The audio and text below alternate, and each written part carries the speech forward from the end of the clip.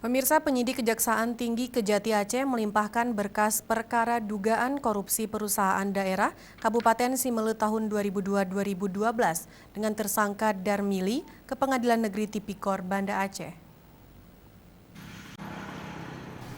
Berkas perkara yang didaftarkan dua jaksa, yakni Umar Assegaf dan Zilza Liana, ke petugas pelayanan terpadu satu pintu Pengadilan Negeri Tindak Pidana Korupsi Banda Aceh.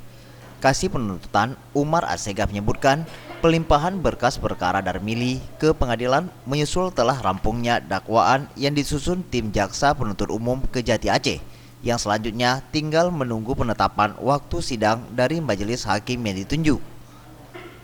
Dengan pelimpahan berkas perkara tersebut, status tahanan Darmili sudah beralih menjadi tahanan majelis hakim.